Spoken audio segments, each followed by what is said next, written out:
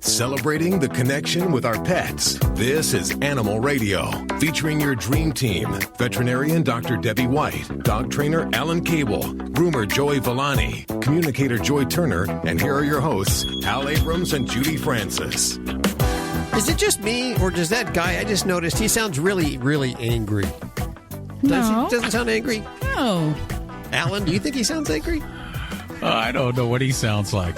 Dr. Debbie White. I don't know. He sounds like he should be in porn, is what he sounds like. Yeah. I don't know. It's Animal Radio. On the show today, we're going to talk to Coonrippy, Mark Coonrippy Brown. Have you seen his video on YouTube? It's gone viral with the... Dances with raccoons. Yeah, he dances with raccoons. And he showers with raccoons. He's Really? so funny. Yeah. You've heard of him? Oh, I'm a big fan. Let me tell you, I am a huge fan of this guy. He's the raccoon whisperer. He's in trouble with the law, apparently. I guess they took away one of his raccoons. We're going to find out what that's all about in just a few minutes. I just saw one of his videos, which was he uses Hannah Montana body spray to keep his That's the funniest thing raccoon ever. away from nibbling From him. biting him. Oh, how cute. It's just the cutest little skit. And that raccoon passed away, that one he did that with, but it's funny. Have you seen that, Joe? No, I never did. I it's saw it. funny. It was Gunshow that passed away, I think was his name. Yeah. We'll link to that over at the website at animalradio.com so you can check out these videos before he comes on. Also, author David Rosenfeld, is that Yes. correct? Went across the country with 25 dogs in 3 RVs and will tell us that story. Sounds like fun. Stace, what's up? Well, when the Heinz tomato ketchup slogan was "Good things come to those who wait," they probably didn't mean to have this in their ketchup bottles. Uh-oh. Yes, it's an animal particle, and I'll tell you what particle it is. Coming up on Animal Radio News. Any great. kind of animal part I don't want to know in my I don't want to know about this. Yeah, she's going to ruin ketchup for us, isn't she? Not for Dr. Debbie. She'll run out and buy a case. She'll look for it. She'll hope she hits the jackpot. Did you hear our very own Joey Villani up for an award? As I was telling Hal before, I'm up for a industry award this year What kind? for contest judge of the year. That's wild, buddy. That's awesome. It's like our Oscars. So Gosh dang it, you're talented. You really are. You're a really talented person. You do so many no, I things. just get everyone fooled is what it is. Well, you do it I got them well. all fooled, Alan. You're doing it well, though. Do you have a case that you'll put that award in? Do I have a case to put that award in? Yes. Yeah, if my wife lets me, put it in the china closet. Yeah. Yeah, exactly. I have a few grooming awards, and they don't take precedent. I'll just tell you that much. You don't have your own shelf? I don't have my own anything. Come on. Any man that thinks he's the boss of his household is either divorced or not married. Let's be for real. Even the dogs know it. They know who the boss is. Oh my gosh, that's hysterical. I don't have my own anything. We talk about alpha. Yeah, okay. You're not alpha in your household, huh? I'm number 6 in the pecking order. Okay, and we don't have kids, so just figure it out. You got to know, Joey, last. there's just no place for you to win on this one. No, there's not. And you know what, Joy, and I know it, so that's why I don't even argue the fact. See, that's a good thing. You're resigned to it, so there's no problem. Everybody No, knows their there place. isn't. There really isn't any problem. I know. And you've I think you accepted can get it. your own shelf if you really fight for it. Back off. That's right. See, he's causing trouble. Yes, he's 'cause his causing trouble in wife's my not home. household. Yeah, I bet he That's doesn't right. have a shelf. I do, but it's out of sight. Yeah. It's in the closet. In the garage. It's in the closet. Yeah. I lost that too. I lost the garage. The garage was my grooming studio. What's I in it have now? everything. What's in it now? What could she have What's put in in it it? now? Yes. It's everything that my wife can't fit in the house is in the garage. So I completely lost my grooming studio. It was going to be my grooming studio / where I'd be able to film and do videos and all that. And I got the greatest equipment in the world. It would be the hottest studio in the world. Forget it. That's to the wayside. Hi, Cheryl. How are you doing? I'm pretty good, and yourself? Splendid. Where are you calling from today? Conway, Missouri. I'm a truck driver. Truck driver. Okay. Well, let's see what's going on with your dog. Is it? No, cat. Do you drive around with your cat? Yep. You're an how fun. over the road truck driver, and you bring your cat with you. Does your cat like that? Well, she's grown to it. My mom had passed away about 5-6 months ago, and it was her cat. And I promised that I would give her a good home. I'm not a animal person. I mean, I like animals, but I didn't want to take anything with me. But I promised her, and people that said that they would take it, they decided not. They didn't want to pit. So I said, well, I'll just see what happens. And first day or two was screaming and hollering, but then she got used to it. She realized I wasn't going to leave her alone, and now she scares all the mechanics. They're afraid of her. She don't have any front claws, but she doesn't like to hear people cuss, so she'll just get her body real big and show her teeth, and her eyes go wild. I just have to laugh. It's just faking it, you know. So she doesn't like potty mouth. That's it, huh? No, she don't like it. Especially when they're working on the throat. She don't like that. But when I got her, but nobody gave me a what to do with a cat book. So I'm just trying to learn. I don't want to, I did take her to the vet while we were home a week or so ago, and they said she's obese, but she's the same weight that she was when my mom had her. And I put like 8 ounces of dry food. And I don't get the cheap stuff. I get the stuff that's real meat, because I don't want her to have any accidents or anything. So, she likes fish and chicken. Okay. So you're just kind of wondering, like, what you need to do in the truck environment as far as to kind of keep her happy and healthy? Is that kind of the general gist? Yeah, right now, because at the house, we hardly ever go home. She goes crazy, so, she had a lot of room to run. But in the truck, I tried a string toy, but it has batteries, and it just goes too fast. And I put her favorite string on it, but she just kind of sits there with her head going round and round and round. And I don't know what to do, keep her happy and not keeping me awake when I do go to sleep. Yeah, well, that's going to be the challenge. What I would like to do is get a harness, but I tried harnesses and she gets out of them because she wants to go outside, and I figure I could walk her or something. Yeah. No, it will honestly be challenging. Not that it's going to be impossible, but it's going to be a little tough to keep a cat in a truck environment and, have her sit around all day and then not expect her to want to expend energy later when you're sleeping. So we've got to find a way for her to outlet, that energy.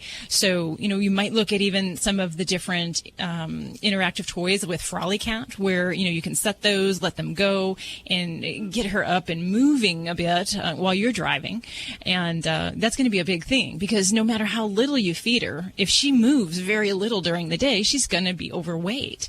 So, animals are very capable at taking the energy we feed them and turning it into fat by becoming less and less active. So that's something she can do, and she'll do it unknowingly, just living that sedentary lifestyle. So you're going to have some challenges in making sure she can have that. And it's going to mean, maybe getting her accustomed to a harness and spend a little time doing leash training or leash walking outside of the cab.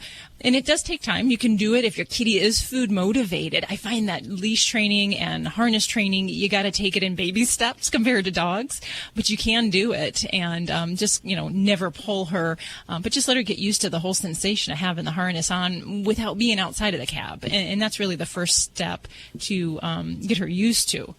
And I think that as far as, canned food, certainly, that may be fine and she likes that. But if you actually fed her dry food, there's some opportunities to get her a little bit more movement and doing things in the cab.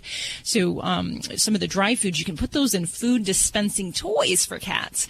So they have to kind of bat it around, push it around, move, investigate, do things in kind of like what they naturally do in the wild. Cats don't just sit around and birds hop in their mouth. They got to work for it. So let her do more work in the cab while you're driving, and that might be just by switching and modifying some of her food over to a dry form. We don't want to overfeed her, so you got to cut back on the other things. I know I probably give her too many snacks, but I got her training on the snacks. If she wants something, she has to sit, and then she has. I stick one finger out, and I say, wait, and then she eats the snack. Yeah. Well, you can turn that motivation for those treats and performing into getting her used to that harness. And I think that would be a great thing and allow her to do more things, energy, and get some exercise. And it definitely sounds like she's going to work for that food for you. But, I mean, it sounds like how much are you supposed to feed them? She's about 5 years old. Yeah, that's going to depend a lot on the food, the calorie content, and her current condition. And I can tell you a healthy weight cat, about 10 pounds, with the average food may eat a half a cup a day. Now, if she's not moving much, she's going to need less. And if the calorie content of the food is higher or lower, you're going to have to change that. So I do always refer to the bag as a starting point. But for a cat that's not moving around and kind of sitting on her buff for most of the day, you're going to need to feed less than what they recommend on the label. So, one other thing I want to ask you is, what can I do about getting her dander? I'm allergic, and her dandruff is terrible. Yeah, well, brushing her is actually one of the best things you can do. And if she's a longer hair coat cat, brushing her daily. Shorter hair cats, you brush once, twice a week. That'll help. But by brushing, that helps to distribute the natural oils in a cat's hair coat. And that's one very important thing that can help with that. As far as dander, I do know some folks that have allergies and they have to shave their cats just to help manage that. It's not something. Yeah, it's not something that cats need, but, if depending on your allergy level, that is something that some folks will do, and just a way to help to live, cohabitate with your cats if you have some allergies. So, what was the name of those motion toy things? Frolic Cat. Frolic Cat. Yeah, I know she likes the light, and sometimes I use it, but I get tired of, having it go everywhere. Cheryl, you're getting turned into a cat lover. I can tell. Yep, I hear it in your voice.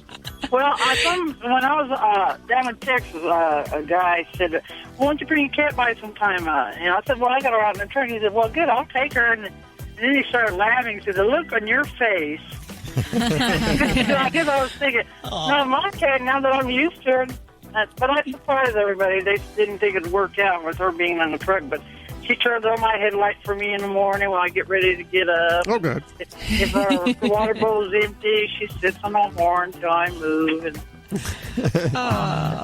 she made me keep that truck clean, that's for sure. Give your kitty a big old hug from all of us here at Animal Radio. You're listening to Animal Radio. Call the Dream Team now with the free Animal Radio app for iPhone and Android.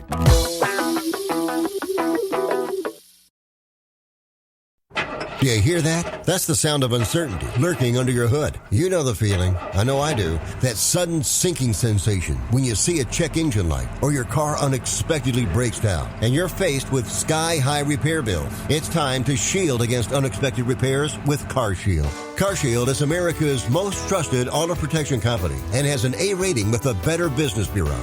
Don't let the fear of a breakdown keep you up at night. Trust the Shield, CarShield, and say goodbye to terrifying repair bills and hello to peace of mind. Your plan also comes with 24/7 roadside assistance, courtesy towing, rental car options, and so much more. Don't wait till it's too late. Call CarShield now before a breakdown. Protect your wallet. Protect your car with CarShield. Get our best protection ever. Call now. You'll thank me later. 800-987-0618. 800-987-0618. That's 800-987-0618. I wish I were tall. What do I sound like? I sound like a midget? How tall are You you? sound like a big guy. I'm 5'5.5". Alan, how tall are you? 5'8". Wish I were 6. Just 6 feet. You remember your first disappointment in actually meeting that disc jockey and putting that face to that voice? Yes, it was in the mirror. Yeah, it was when I met Hal. So was it better? Was it better in person, or was it better, over the air before you seen him? Actually, I have to admit, it was better in person. I thought you might be short, fat, and bald. That's what I sound like, apparently. Yeah. So not a lot of people. Well, no, know. actually, you had a good voice, and I've learned that you can't match the voice with the looks, because some people have some great voices, and you look at them and go, "Oh my gosh!" And then others have horrible voices, and they're gorgeous. So you got to be careful. For those that are listening, I look like Fabio. So if you're Yes. Yeah, I wouldn't If go Fabio had no looks and no muscles. Yeah, and weighed 150 pounds soaking wet. So this is coming in off of the app asking Alan. They're truck drivers and they're lonely and they want to know. You're in trouble now, Alan. They're truck drivers and they're lonely. I'll be right there. I'll be right over. We just got this in off the app. It was Kiko and Steve wrote. They're truck drivers and they're lonely and they want to know if they should get a dog, and if so, what kind of dog would be good to have on the truck traveling with them. See, now that's a good question. And a lot of people get dogs to fill holes in their lives. You know, they're lonely or they suffered a loss. And believe it, a dog can be a great companion. But you have to remember this. It's very important that you understand before you get a dog that dogs have needs as well. And they're not like human needs. They're different. And it's important to educate yourself and read. Do a lot of reading about dog behavior and about what a dog's needs are before you decide to go get one, and ask yourself if you can satisfy those needs, because if you can't, you probably shouldn't get a dog. Now, there are dogs that are just mellowed out and they like to lay around a lot. There are breeds like Basset Hounds, and they're not very active, and Beagles, and there are a lot of dogs that don't need much exercise, and a lot of people don't get those dogs. They get dogs that need a lot of exercise that they're not equipped to give, and so you get a frustrated dog, and sometimes you get an aggressive dog. So get on the internet and do some reading about the different dog breeds and which ones can lay around and don't need to chase and hunt and run and play. They don't need much. Like bulldogs. I don't think bulldogs need much activity either. So that would probably be a good truck dog. But remember, find out what a dog needs. And dogs do need a little bit of attention, and their needs are different than your needs are. So ask yourself, can I satisfy these needs? Can I give dog a healthy, happy environment?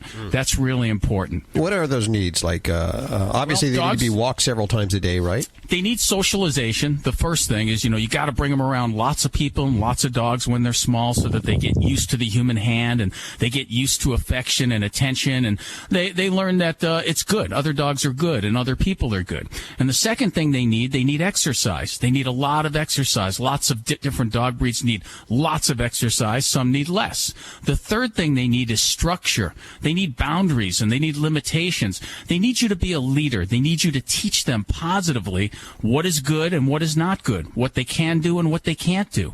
And it starts with taking possession of all good things. The dog learns that all good things come from you, like his food, his toys, going out to play, going on a walk. It all comes from you.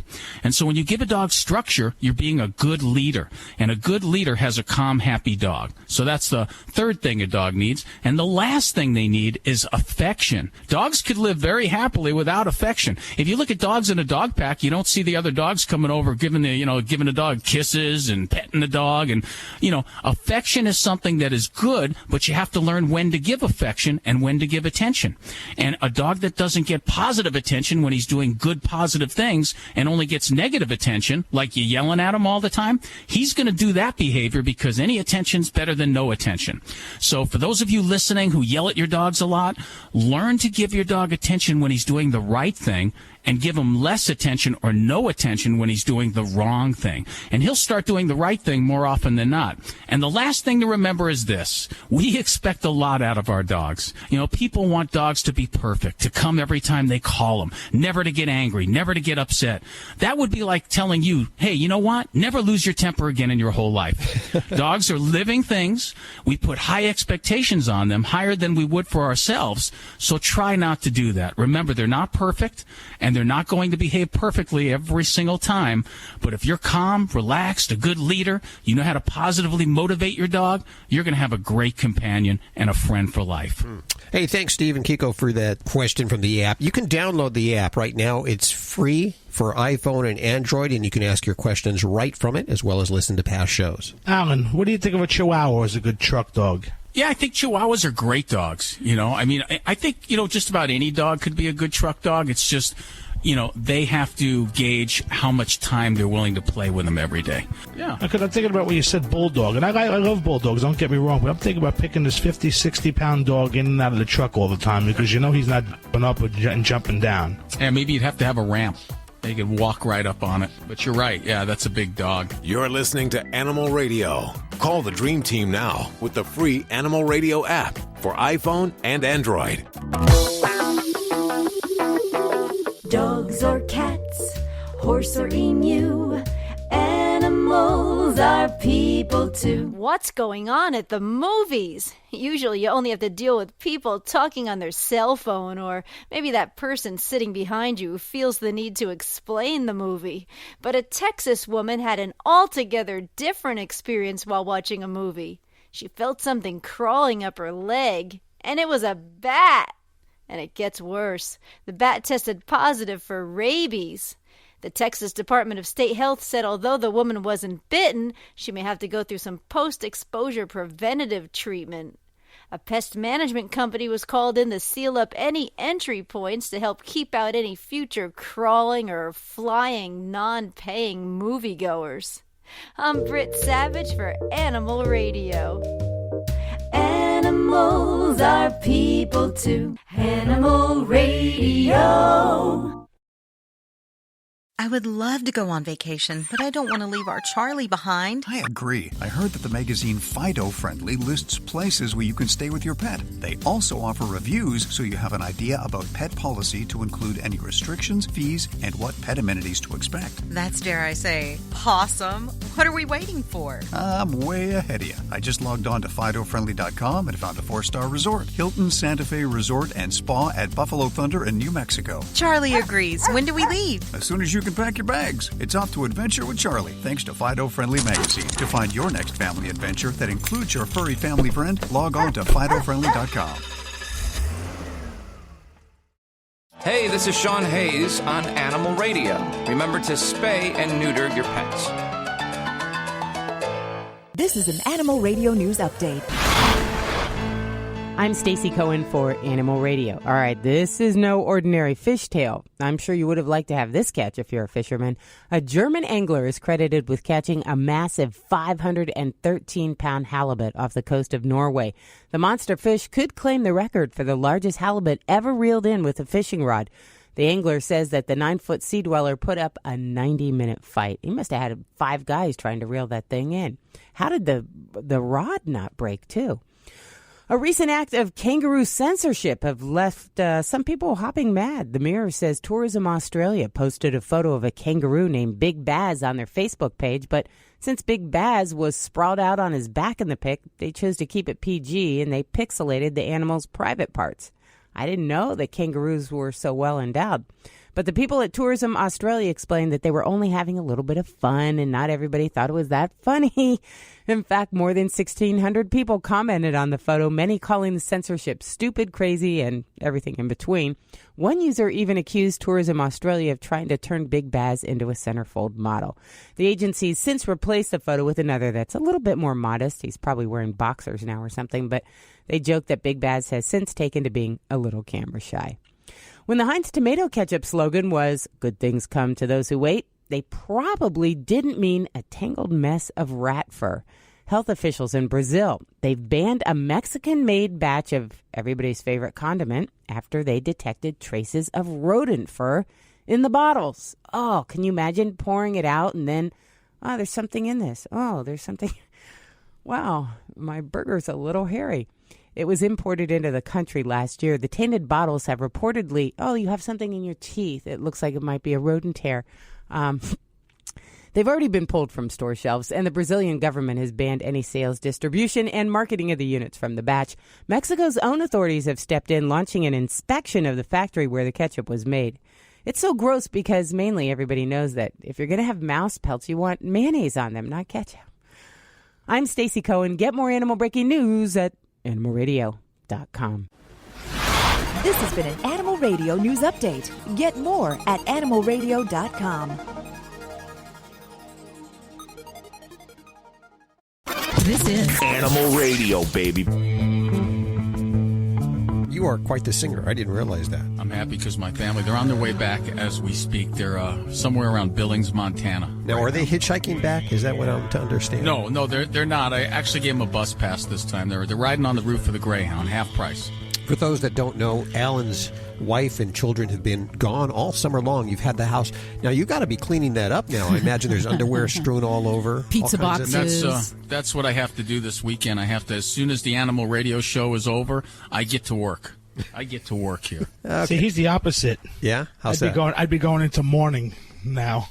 Yeah. Oh, you'd be sad that they're coming back. Joey. Oh, God. I'm kind of afraid.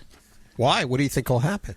I haven't seen my kids in 2 months. I mean, I don't know. You know, they change. They change fast, you know. It could be all grown up. Daddy who? We got a new daddy. What about Uncle Rob? I guess that's my life.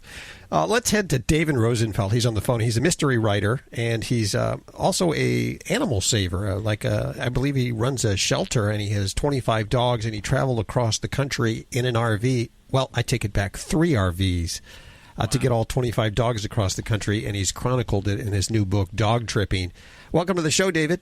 Thank you. So tell us a little bit about this story, and without giving it all away, obviously traveling with 25 dogs, a big move for you. Why were you traveling, and how did it go?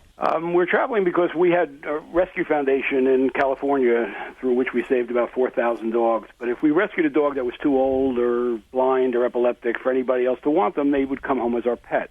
Mm-hmm. And so we were always had anywhere between, I'd say, 20 and 40. Wow. And at the time we were moving, my wife had retired. We were ready to move to our house in Maine, and we had 25 large dogs and had to figure out how to get there. I guess you can't fly. No, probably not. It's in the book. We explored everything, and flying was just not practical for a number of reasons, one of which is these are all old, arthritic, dogs that they would just be freaked out by it. We weren't going to do that to them. Wow, that's so interesting. So how'd you come up with the idea of the RV, and how are you going to fit 25 dogs in an RV? Well, it was 3 RVs, and they fit fine. I mean, they were comfortable. And, but the other the problems were, like, how are you going to stop and walk them? You can't just let them out on the highway. So we had to do, we had 250 feet of plastic fencing that we unrolled each time and set up our own dog parks. And we had 11 volunteers. These people were readers of mine, most of whom we didn't even know, and they flew into California, spent a week with us. It was amazing, really amazing that they did. Wait, so let me get this straight. People that have read your books, your mystery books, you invited them to help drive, or what's? Actually, I didn't invite any of them. What I did was I sent out. We had no idea how to do it, so I would send out emails and on Facebook, and I'd ask these people if they have any idea how to do it. And in the process, a number of them said, we'd really like to be part of it. So that was fine with us. So it was just. My wife and I weren't going to be able to handle it. So these people were amazing. I mean, they're absolutely amazing. How did you know what kind of people you were going to get? I mean, I know they say, like, radio groupies, beware of them, but what about book groupies? Aren't you kind of frightened? Well, and it could have been, I even said to one of them, you could be a serial killer. But rather than doing it by ourselves, traveling with serial killers would have been fine. It was just way too much for us to handle. Did you shoot any video of the whole thing? There was video shot of it, actually, which we had lost for a while, and then the person who shot it just discovered it. So they're sending it into my publicist to do for a TV show I'm going to be on. So how many people and how many animals did you have in each RV? We had 9, 9, and 7 in terms of dogs.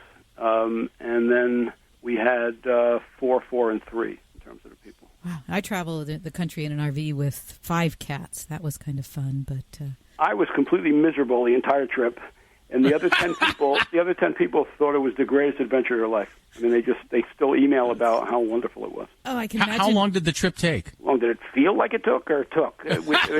We left on Monday afternoon and got there Friday afternoon. Oh my gosh! And which was actually longer than we had hoped. We had hoped to be able to alternate drivers and sleep on the way, but that just proved not to be feasible. So we'd stop like for 4 hours each night in a hotel, and one of us, always me, and always my wife, and one other person would stay on the RVs, and then everybody else would go into the hotel. Wow, I can't imagine all the dog hair. What do these RVs look like when you had to turn them back in?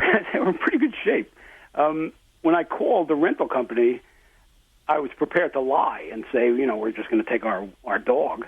They said they didn't care how many dogs we had as long as we returned the vehicles in the shape that we got them. And so the dogs were fine. Wow. So you guys pull up to, like, let's say a rest stop, you get out, you unfurl the fence, you bring the dogs out. What are some of the comments you got from people who just were checking this out? Well, and that made it worse because, every time we stopped, anybody around would come over. And, of course, that got the dogs excited. But, everybody said, oh, we wish you were wish we knew about it because we would have joined. It's quite easy to say that after the fact.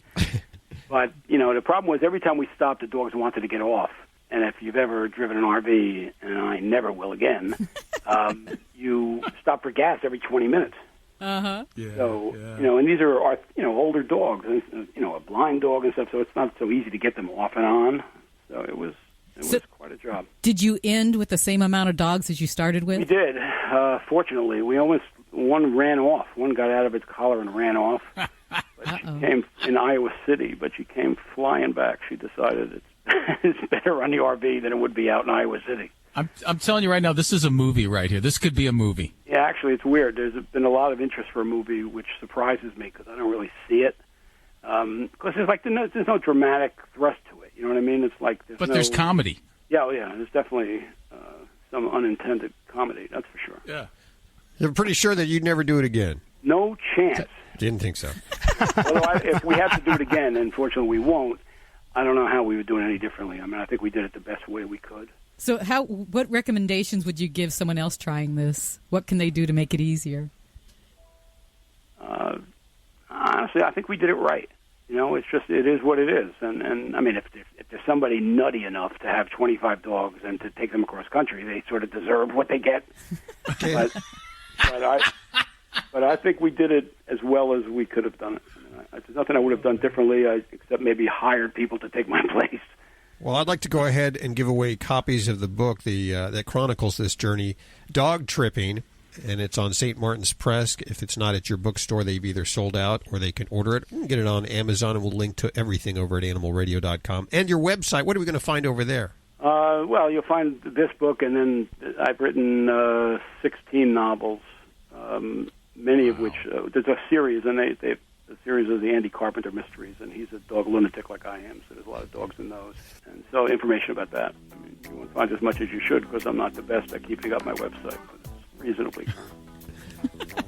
I'm just putting up my MySpace page right now. I'm a little behind the curve. I understand that. David Rosenfeld joining us. Check out the book. It looks like a good book. As soon as Judy's done with it, I'm picking it up. David, you got to buy your own copy. I got to get my own damn there copy. You go. That's how you get paid. David, thanks so much for joining us today. It's a pleasure. Take care. Now, can you imagine doing that? That's cool. Crazy, man. That could be like a huge annual event that got bigger and bigger and bigger. See, if I would have known about it, I would have volunteered. That would have been cool. Yeah, you say that now. You're listening to Animal Radio. Find us at animalradio.com. Log on, learn more.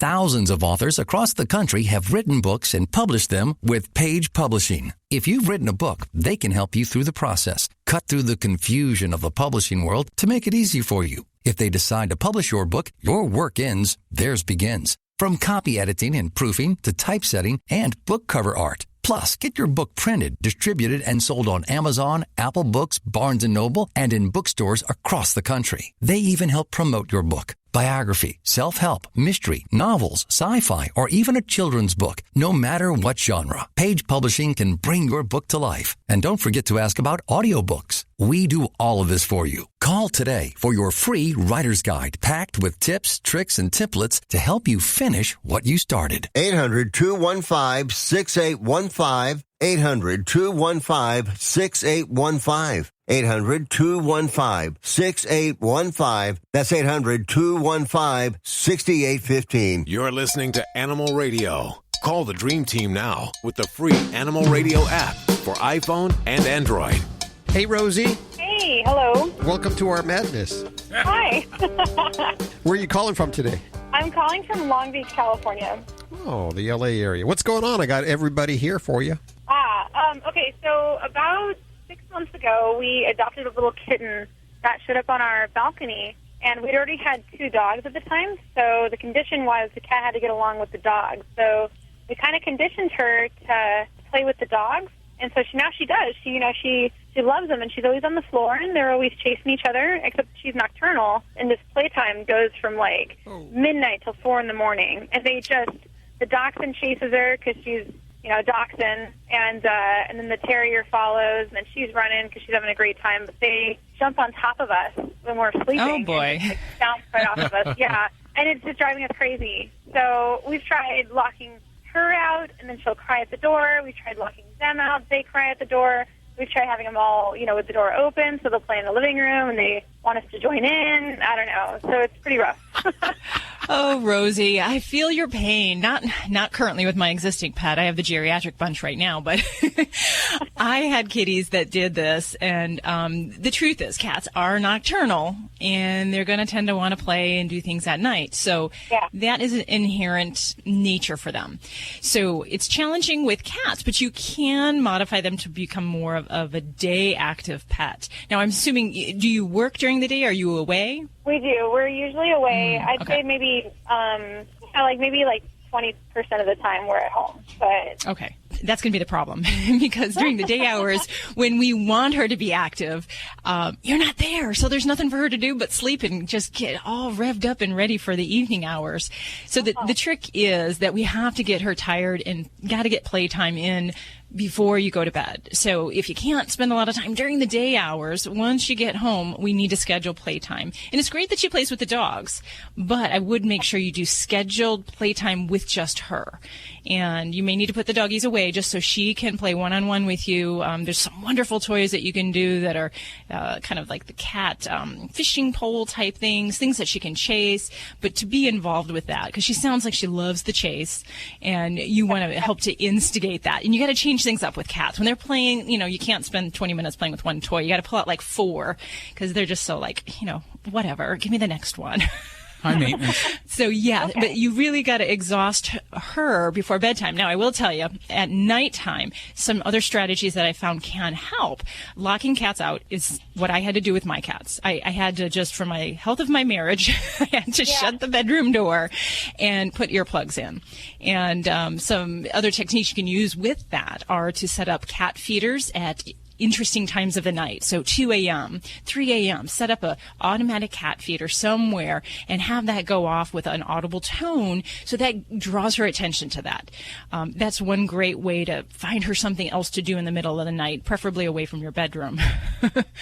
You got to get those dogs tired out too. Exactly. And whether or not you can keep the dogs separate is great. But Alan, definitely. It's the same thing with dogs, just like the kitty, just to get them exhausted. That's a good idea. Cool. Okay. I guess I haven't really been exercising her. Like the dogs get walked, but that's a good idea. Cats are hard to get tired. I had one that I used to get on a treadmill, and he would kind of walk on the treadmill for treats, and then he'd go meow and flap down, and then that was it. So. How long do you think she would need to get exhausted? A lot of time. There's no magical time, but like a couple is hours, or? How old is she? Oh, she's like 8 months. 8 months. 9 months. Oh, you're not going to tire her out, very honestly. What's going to happen is she's going to become bored before she gets tired, and that is the problem with cats. Dogs, you can kind of put them on a treadmill or run them next to you on a bike, and they're I'm sorry, they're sweet, but they're dumb. Cats are far too intelligent. I have a cat and a dog that chase each other around during the evening and stuff, but at night I crate my dog. So that makes it easier so the cat can't get to the dog at night. But the cats still bother you, don't they? The cat still bothers me, but the dog is crated, so they can't chase each other. We've thought about just locking them all out. Like, we've tried it. It's, I guess, the same idea as creating that it's going to be their space at night. So they just flip out, and they just get all sad, and they scratch at the door forever. But, do you think that would stop if we gave it, more than a week, or do you think it would just continue because they've already got... It'll stop. You're giving in, and every time you give in, you teach them that it's going to work. So you have to be diligent. Yeah. You have to get earplugs, like Deb said. It takes a few weeks to teach those cats. It's not something that you're going to have a bunch of nights that is going to be real noisy. But if you get through that period of time, I guarantee you it'll be a lot quieter. Teach them that you're not going to wake up at that time. Yeah.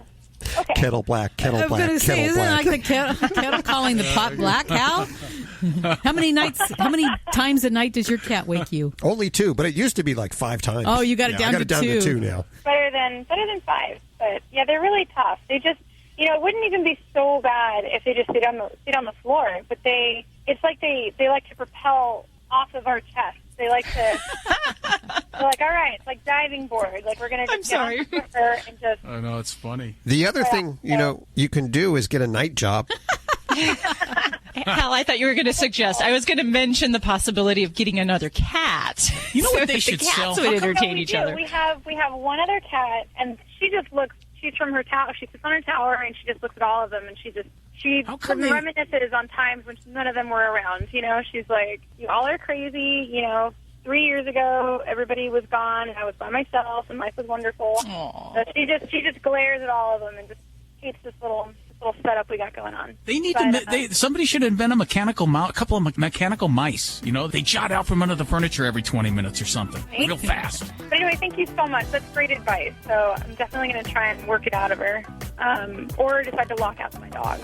I think maybe we'll see. Well, we wish you the best of luck with that, Rosie. Let us know how that turns out. So funny when she asked you how much do I have to play with her each day, I was going to say a month. Every waking hour. Hey, Dr. Debbie, does Mr. Debbie have his own shelf?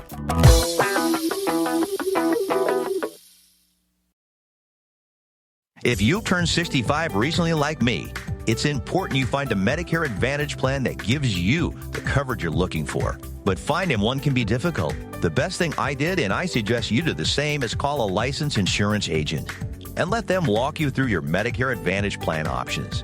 There are so many benefits you have access to, so make the call now and let the representatives explain everything to you. Our licensed insurance agents can offer you a variety of Medicare Advantage plans. Plus, the call is free, the information is free, and there's no obligation to enroll. We're here to make it easy for you to select a Medicare Advantage plan that may work for your needs. Finding a Medicare Advantage plan can be easy if you do what I did. Make a quick call right now to learn more. Thank you. 800-880-3141. 800-880-3141. 800-880-3141. That's 800-880-3141. Celebrating the connection with our pets. This is Animal Radio, featuring your dream team, veterinarian Dr. Debbie White and groomer Joey Villani. And here are your hosts, Hal Abrams and Judy Francis. I'm very excited, actually. Coonrippy is going to be on in just a few minutes. He, of course, is the guy, where is he from? Tennessee? From Tennessee. Yes. Big old bearded guy who showers with his raccoons and videotapes it for YouTube. He's gone viral. It's kind of interesting, the kind of stars and celebrities we have in this day and age. They're all YouTube sensations. Make you a star. And they're infinitely more interesting than Hollywood celebrities. Oh, definitely. More talented, too. Yeah. Stacey, you look like you're thinking about something. I'm assuming I have no idea. You're pondering. So how do you explain to your wife when all of a sudden there's a strange bra that's laying in your bedroom on the floor? How do you tell, what do you say? I don't know where it came from. And she says to you, I went shopping with Mary Ann, our neighbor, and that's her bra. Explain that to me. Well, there's a cat that seems to be stealing the neighbor's clothes. Seriously, I'll tell you about it. Coming up. Reminds me of the story of, Dr. Debbie having to remove a thong from a dog. Did you really? Yeah, and then the owner, the wife said, I don't own a thong. I don't wear them. So was this one of the famous Chippin' dogs? Could be. There was a story last year about a cat that was stealing underwear from the neighborhood, women's underwear, and putting them in the garage. It's a klepto kitty. It's a cat maybe with a little bit of social things, or maybe it just wants to wear clothing. We're happy to have Mark Coonrippy Brown on the phone with us. Hey, Mark, how you doing? Hey, I'm good. Do you mind if I call you Coonrippy? That's what they call me around here. Yeah, you sound like more of a Coonrippy than a Mark to me. That's all I'm saying. Okay. I love the videos, but I understand that one of your raccoons has been taken away by the Tennessee Wildlife Resources Agency. Can you tell us what's up? Well, I don't know the story because the two TWI officers said they saw it on CNN. The TWI spokesperson said it was a tip from a complaint from a neighbor, and I don't have any neighbors. And then another spokesperson said that it was an anonymous call from a tipster, so we don't know what the deal is. Well, now, they just took her. What would the tip be about? What is illegal here? Not allowed to own one of these? What's going on? Well, yeah, Tennessee law says you can't take any animal out of the wild into captivity, but I had Gunshow for going on 4 years, and at that time I was a nuisance wildlife remover, and we had captured Gunshow's mother in the attic of a house and relocated her, not knowing that she had went down inside the wall and had a baby up under the bathtub. And a day or two later, they heard a noise, a chattering, and I went in there and found this probably 2.5, 3-week-old baby in there, and I called the TWRA to come and get it. And I made 3 different phone calls over the course of 3 days, and they never dispatched anybody to come get it. So a day turned into a week, and a week turned to a year, and a year turned to, I just wound up raising it. Yeah, and now, so you have experience doing this. You were licensed, and you're not anymore? I was licensed by the TWRA as nuisance animal remover, but I just quit doing it. Now, your latest raccoon, Rebekah, it's not like you went out in the wild and just captured her or took her away. No. How did you get her? There was an agricultural teacher here in the county that, from my understanding, had a chicken coop project somewhere, and there was a raccoon in there killing chickens. So he had ordered a couple of students to go in there and kill this mother, not knowing there were 2 babies in there. And what happened to the other baby, I'm not sure, but one high school student contacted me because I had a history of knowing how to raise these orphaned animals. So did you know it was illegal to keep her at that time? Yeah.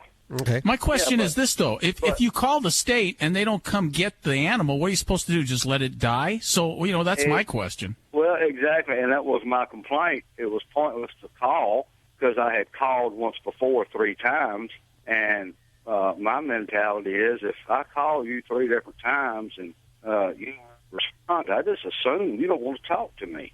So they've taken Rebekah away, but you're trying to get Rebekah back. There's a petition going on. What all's happening now? What's the status right now? That petition got started out in California after we uploaded that video, and it just went crazy. I'm just sitting along for the ride now, watching to see what happens. But I did get a telephone call from the governor's office last week. They said that Rebekah has been named ambassador, which will be used for education. Well, my complaint there was she'll spend the rest of her life in captivity. And, of course, you got 2 different sides of the fence here. If she is released back into the wild, which she's already imprinted, I'm sure she can go out and gather her own food. She can be taught that, but she's still imprinted, and there'll always be the chance of her wandering up on someone's porch looking for a friend and be shot. And a $28 hunting license will allow you to legally go and shoot her out the top of a tree this winter. And so it's 6 of one, half dozen the other. Either she's hunted and killed, or she spends out the rest of her life in captivity. But wouldn't she be with you? Back home. If she was with you, wouldn't she be, quote, in captivity? She had free range. I did keep her in a pretty good-sized cage I had inside the house, which was no different than you do your house pet. Mm-hmm. You put your dog in a carrier when you leave the house because you don't want it chewing up the furniture. Well, a raccoon's like a house dog on steroids with a 4-wheel drive running gear under it. And it will wreak havoc. But while we were there, she'd go outside, go out on the porch, follow you through the yard, jump up on your back while you're trying to mow grass, ride the mower with you, just whatever. And if she lost sight of me and I went in the house, well, she'd run up on the porch and start scratching on the door, go to check her,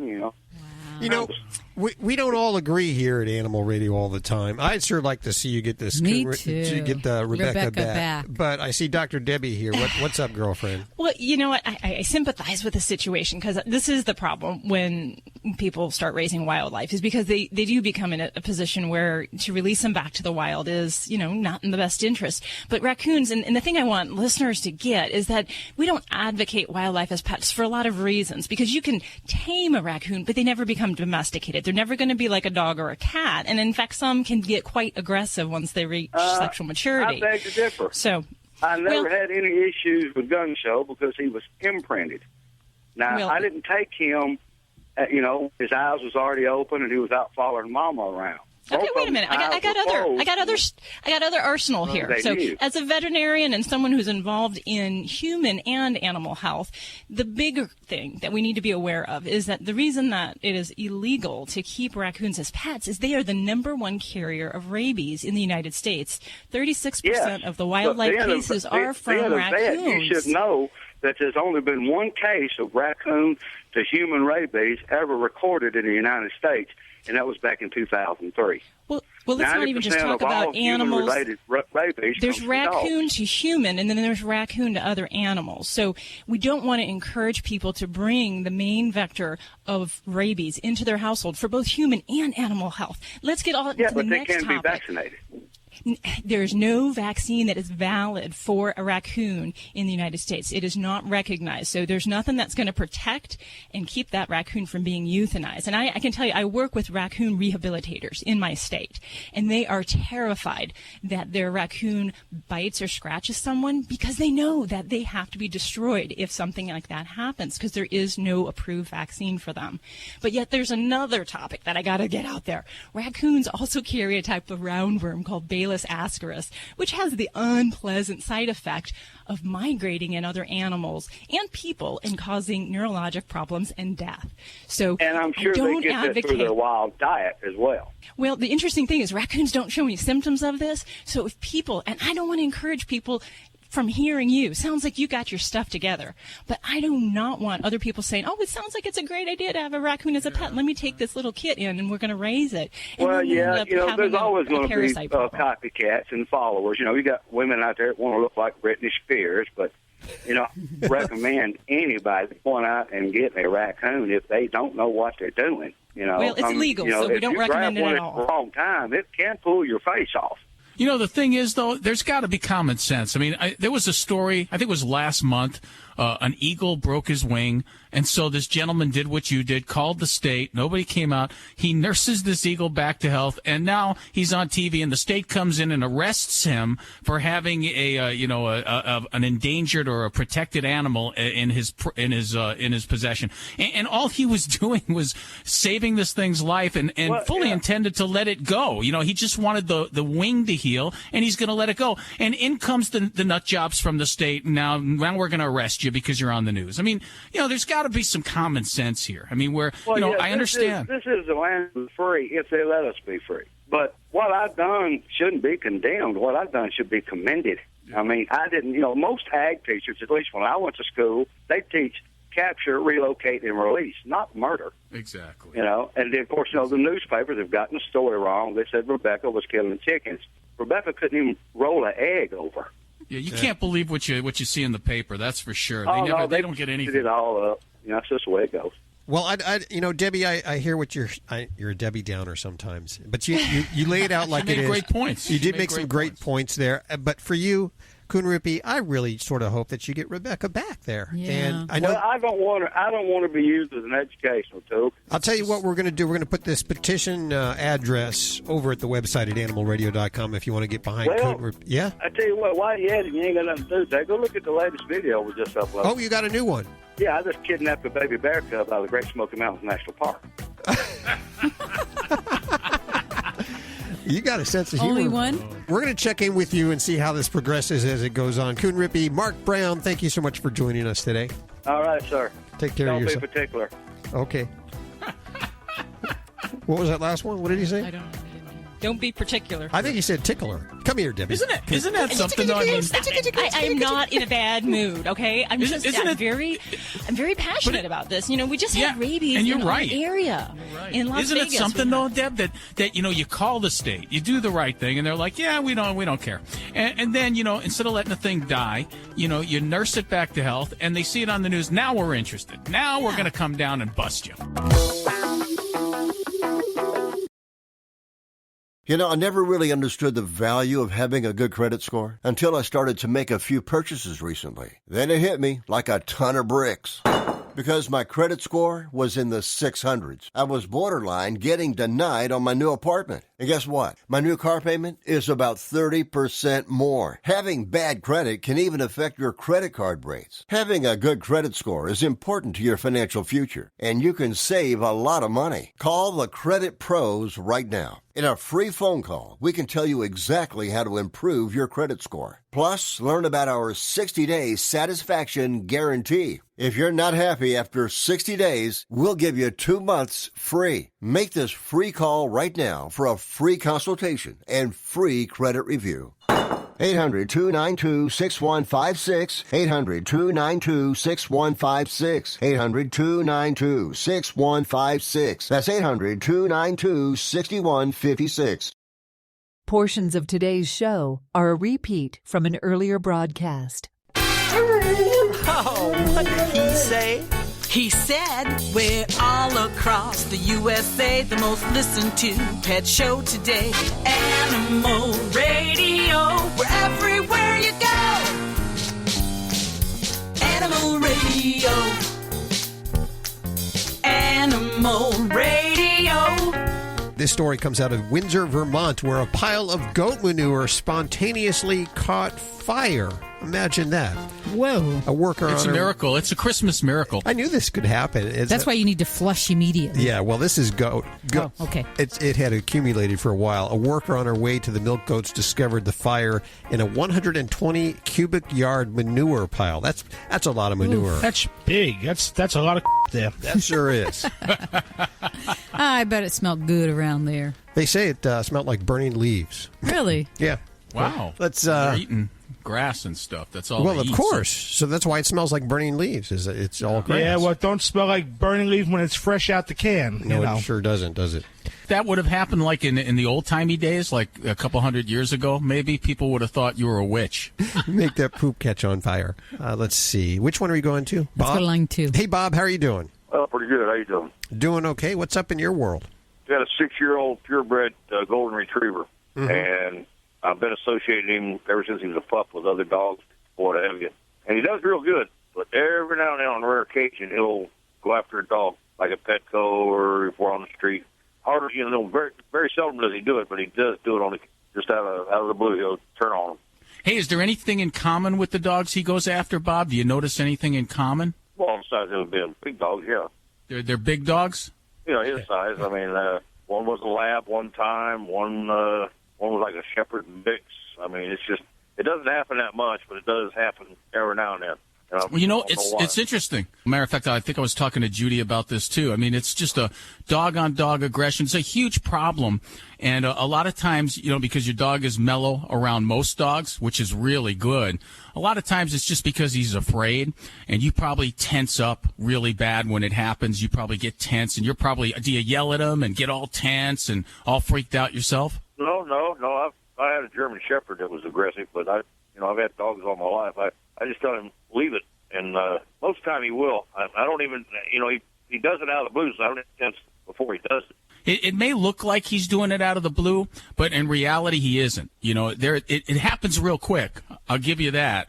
But there are warning signs and signals. You'll be able to tell he gets all perched, he gets all tense, his ears go up, just right before. Yeah, I know. Yes. And that's what you got to look for. For dogs and folks that have dogs that are aggressive towards other dogs, you want to set your dog up for success. And the best thing to do before you do these exercises that I'm going to give you real quick is to exhaust him. You got to exhaust him. The more tired he is, the more exhausted he is, the better the success you're going to have. So play with him like a half hour fetching or whatever he likes to do. Get the energy out, get him all. Yep. Get him tired. Get him real tired. The second thing is check yourself before you wreck yourself. Always reassess your attitude and your mood. Take deep breaths and relax yourself. Be calm. I'll give you an example. I was in the park the other day, and it's a very thin trail, and we were running, me and my dog, and I see this dog around the bend, and the woman's got him on this leash, and she's holding him. She's all stressed out, and she's like, Barney, Barney, Barney. And you can just tell the dog, as she's yelling and getting tense herself, the dog is getting more tense, and he just wants to go after my dog even more because she's reinforcing, yes, there is a threat. There is a threat here, Barney. We have to protect me. And so we go by, and, of course, this dog just attacks. It happens in a flash. But I knew it was going to happen. So the second thing is you got to check yourself before you wreck yourself. Take deep breaths, relax your body. The third thing is you want to set your dog up for success and teach him that other dogs are a good thing. So a really good exercise, if you have the time and you have you have somebody who can help you, is to sort of stand there on the street and you're on a cell phone with your buddy, and your buddy's going to appear out of nowhere with a dog, and he's going to disappear just as fast. But the key is when your buddy comes around the corner with the dog and your dog sees him, you're immediately going to say, good boy, give him a treat, and your buddy's going to disappear.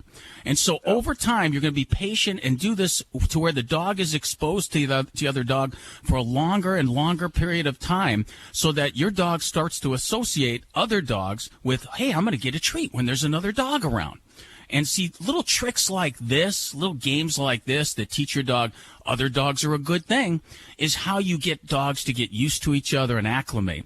And one more thing, this is why it's so important, people, not to take puppies away from their parents and their little litters too young, because this is where dogs learn how to read communication of other dogs, and they learn how to socialize with other dogs. And a lot of dogs, you'll see them at the dog park, they don't understand what other dogs are saying. They don't know how to read other dogs themselves. It's pretty interesting.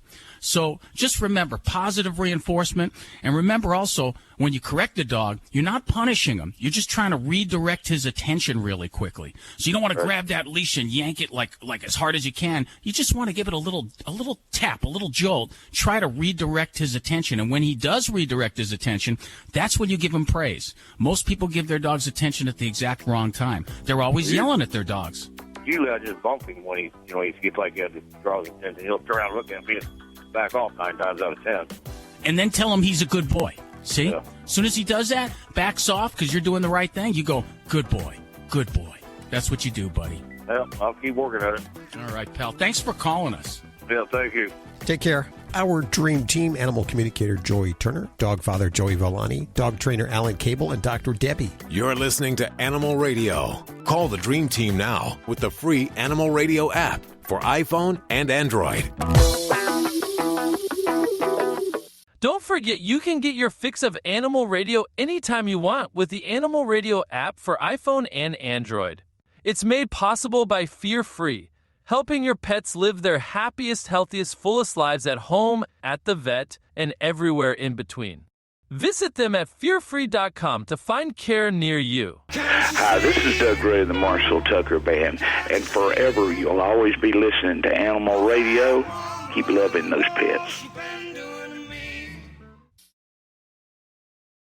Is diabetes keeping you from enjoying life's special moments? At US Med, we understand the challenges you face, and we're here to help. With US Med, I can finally manage my diabetes without it managing me. US Med offers a wide range of services to simplify your diabetes care. Personalized care plans, convenient access to cutting-edge diabetes tech, and knowledgeable support. Plus, we'll check your insurance so your diabetes care may be covered at little or no cost to you. With US Med, I feel confident and control of my diabetes. I can finally live my life to the fullest. Don't let diabetes hold you back. Choose US Med and experience better birthdays, better adventures, better anniversaries, and better everything. Call now. US Med. Better service. Better care. 800-434-5019. 800-434-5019. 800-434-5019. That's 800-434-5019. This is an Animal Radio News Update. I'm Stacey Cohen for Animal Radio. Well, the owners of an actual cat burglar, a real one, are trying to bring an end to their feline's companion's life of petty crime. Richard Windsor and his wife Sophie say that their 2-year-old tabby Norris has been building quite the collection of stolen goods from their neighbors' homes. Norris supposedly started small. He started nabbing the occasional dishcloth, but now he's starting to steal bras, pants, and T-shirts. Hello, this is your bra, my neighbor's. That's kind of embarrassing. We have, which one of the neighbors' bras is it? You know, then you gotta ask everybody what size they wear. Richard says they thought it was funny at first, but then they realized they had to find a way to return the goods that Norris brings home. They started writing letters to the neighbors explaining the situation, and Richard says all of them have been pretty good-natured. He adds that he and his wife have started ignoring Norris when he shows off his goods in hopes that he'll stop his thievery. A 4-year-old boy from California unfazed after a snail emerged from a cut in his knee. According to ABC News, this snail of a tale began when Paul Franklin tripped and fell during a camping trip near the beach last month. Paul's fall left him with what his parents believe was nothing more than a scraped knee. However, when the wound was still swollen 3 weeks later, they started to worry a little bit. Paul's mom, Rachel, noticed what Ken Franklin calls a big pus ball on Paul's knee that had a black hue. So they popped it, and Ken says a snail popped out. Rachel says at first she thought it was a rock, but on closer inspection, she noticed it was a snail shell. The family believes that when Paul cut his leg, a sea snail egg managed to get into the wound, and they hatched a snail. They ended up naming the snail Turbo after the DreamWorks animated film, which is based on a story about a snail. The snail did live for one day, but then he died. I'm Stacey Cohen. Get more animal breaking news at animalradio.com. This has been an Animal Radio News Update. Get more at animalradio.com. Hi, this is Emmylou Harris on Animal Radio. Please spay and neuter your pet. You're listening to Animal Radio. Call the Dream Team now with the free Animal Radio app for iPhone and Android. It's Animal Radio celebrating the connection with our pets. And we have Pixel, the Animal Radio studio stunt dog, in studio today. She's usually here with us, but we have her in here today for something very special. Now, you got Pixel, 2.5 years ago, Judy? 2.5 years ago from a rescue, and she was from a litter of, there were 7 of them, and they all looked so different. Did they tell you what breed she was? A Jack Russell Chihuahua. But people see her all the time and they guess all these different breeds, and it really makes me wonder, is she really, or was she just kind of thrown in the mix? Here's another puppy, take it with you. Now, you've mentioned to me that you wanted to get a DNA test done. I've been talking about it for the last couple of years. But why? I mean, you're going to love her anyway, right? Well, I know, but when people guess, and, I'd like to know so I can say you're right or you're wrong, and plus I want to know. Okay, so we found the Embark DNA test. That's Embark, E-M-B-A-R-K. And on the phone with us, we have Dr. Jenna Dockweiler. She is from Embark. Hi, Doc. How are you doing? Hi, I'm great. How are you doing today? Very good. So before you came on the air, Judy was telling us when she went to go pick up Pixel, the Animal Radio studio stunt dog, that all her siblings looked entirely different. Could they be different dads? How does that work, Doc? Yeah, so actually, dogs can have litters with multiple fathers. It's a phenomenon called superfecundation. Really? So dogs actually release their eggs over a pretty long period of time, several days, and it does offer the opportunity to mate with multiple males during that time. They have a pretty long fertile period. So sometimes if you see a litter where the puppies just look completely different from each other, they might actually be half siblings and not full siblings. I learned so much on this show. So in my hot little hands, I have the dog DNA test, and we're going to actually give it a try today with Pixel, the Animal Radio studio stunt dog. So I have a lot of questions. Are you ready? I'm ready. Okay, so I have a friend who has a dog. It's always a friend. It's always a friend. Yeah, right. Wink, wink. And she says that it's a Lab, Rhodesian, Ridgeback, Collie mix. Now, I'm thinking there's 3 different breeds she just listed. Wouldn't it be just 2 breeds, mom and dad, or does that go back lineage-wise for the grandpa and grandma? Why would why would it be 3 breeds? So if it was 2 purebred parents, then we would only have 2 breeds in that mix. But certainly if we have mixing that happened further back, we can have 3, 4, 5, 6, 7. We can end up with a lot of different breeds in an individual mixed breed dog. And so the test is going to tell us not only the breed, but what else? So we are also going to test for, in addition to the over 350 breeds and varieties, we're going to test for over 270 known genetic health conditions and over 55 physical traits. Now, on these health conditions, is this something she has or may develop? Yeah, that's a great question. So a DNA test is only able to tell us if we have risk for a genetic disease. How accurate are these tests? So we are proud to say that we are over 99% accurate. We are very proud to have the most robust reference panel for that breed ancestry identification. And we have a lot of different quality checks on our health and trait markers to ensure accuracy. And really, that's very important to select a reputable DNA testing company because animal genetic testing is actually not regulated at all. So the company is going to have to hold itself to a high standard. Sure. So at Embark, we are CLIA certified and follow ISO standards. So those are human laboratory quality measures. We did a DNA test on a dog, probably 10, 15 years ago. Have these tests come a long way since then? They have come a very long way since then. If you go back kind of to the beginning of canine genetics, we have Tasha the boxer, who was the first dog to have her whole genome sequenced. That only happened in 2005. So it's only been 20 years since that point. So if you're talking about DNA tests that were 10 or 15 years ago, there's been a lot of advancements since that time.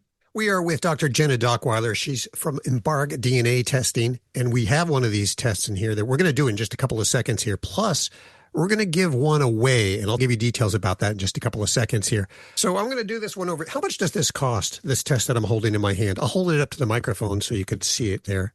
So that is $139 for that full breed and health test. So that's going to include over 350 breeds and varieties, over 200 health conditions and physical traits, as well as some other fun things like relative finder. Oh, I like that. Yeah. Yeah. Has any puppies in the hood that might be related Yes. to her? Yep, exactly. Anybody who's been tested on our platform and has opted in to being findable on the Relative Finder platform, we can list siblings, parents, and you have a way to message one another on the platform. Oh, I love that. Yeah. Where can we get the test? So you can order online at embarkvet.com. And I understand if we put in Animal Radio, the promo code Animal Radio, that we'll get $10 off this puppy here, huh? Yep, that's exactly right. Animal Radio, all one word. Okay, so let's go ahead and do this here. Fortunately, we have Pixel right on over here. Come over here, Pixel. Come here. See, I brush her teeth, so this should be pretty easy, I would think. Excellent. I love that. In the box, it looks like a tube with some kind of purple liquid in it and a cotton swab at the end of that. So we need to wait at least 30 minutes after our dog eats. Check, we have done that. Perfect. And now we need to swab the lower pouches. Yeah, just like right in her cheeks, kind of at the corner of her mouth. She's so cooperative. She is very cooperative. What a good girl. I think she thinks I'm going to brush her teeth. Probably. Okay. So we do it just one side or all over? You can do both sides if she'll allow you to. Really, if that swab is glistening with saliva, once you take it out of her mouth, you are probably good to go. And I should mention that if we ever can't read a swab for whatever reason, we do send a replacement free of charge. Okay, I've swabbed around, so I'm going to put it back. Here, give me the tube, Judy. Okay, there it is. And I'm going to put the swab back into the tube, facing down this time, and then shake the tube. Yep, that liquid is just the DNA stabilizing fluid. That was easy. Yeah, and then I just pop it into the... So it'll go in the little clear plastic pouch, Okay. and then there should be a padded mailer that's prepaid for yes, there it USPS is. that you can pop it back into. And how long will it take for you to get the results? It'll be about 2 to 4 weeks after we receive that swab at our lab. And then how do we get our results? So you'll receive an email when results are ready, and then you'll be able to log into your account. So the same way that you activated that swab online, it'll be the same platform that you'll be able to see the results. You know, we have one of these extra kits right here. We'd like to go ahead and give one away. You remember the Who's Your Daddy contest that we did several years back? Oh, yes. We're going to bring it back. If you want to find out what breed your dog is, email us at yourvoice@animalradio.com. That's yourvoice@animalradio.com, and tell us why you should get a free Embark DNA test.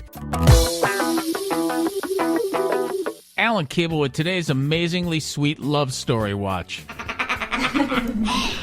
It goes. Owen's getting a little kiss from his dog. He's 7 years old. This is a story of how one little boy and a dog changed each other's lives. Owen has an illness that causes his muscles to constantly be tense, so it's very difficult for him to move around and do simple things. It's made him very shy and withdrawn. Well, some folks were searching for someone to adopt a dog named Hachi. He's a big Italian shepherd that only has 3 legs. Hachi got hit by a train and then came to us. Owen says it was a magical meeting. First day I met him, put his head on my lap, and that's what happened. Owen's family says he's a different kid with Hachi there, much more outgoing. I'm really happy. Everything changed my life. This is Animal Radio, baby. Thanks for calling the Veteran Car Donation Program. How can I help you? Can you come and pick up my car and give me that tax deduction I've heard all about? Sure, we can pick it up in about 2 business days or less. Call right now and donate your car to help our veterans. Call 800-927-9819. 800-927-9819. 800-927-9819. Call right now. 800-927-9819. You're listening to Animal Radio. Here's Hal and Judy. Hey, Elaine, how are you doing? I'm doing fine. Really like the show. Oh, well, thank you very much. Where are you calling from today? I'm in Florida today.